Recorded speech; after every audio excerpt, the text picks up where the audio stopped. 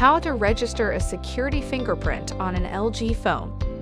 Registering a fingerprint on your LG phone, which can allow you to quickly unlock your device, sign into websites, and quickly and securely perform other authentication tasks, is fast and easy. We'll show you how.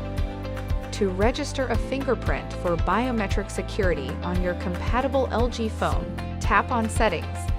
Then tap on Lock Screen and Security, and tap on Fingerprints. Enter your current phone security code, PIN, or password if applicable. Then tap Add Fingerprint.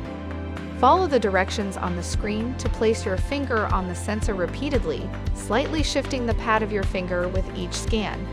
Continue this until the fingerprint registration is completed. You can add additional fingerprints by following the same steps.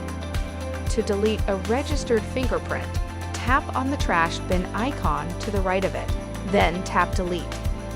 You can also enable locking various content on your phone, such as the Screen Lock, Gallery, and Quick Memo Plus by enabling the Content Lock. Thank you for choosing LG. We hope you enjoy your phone.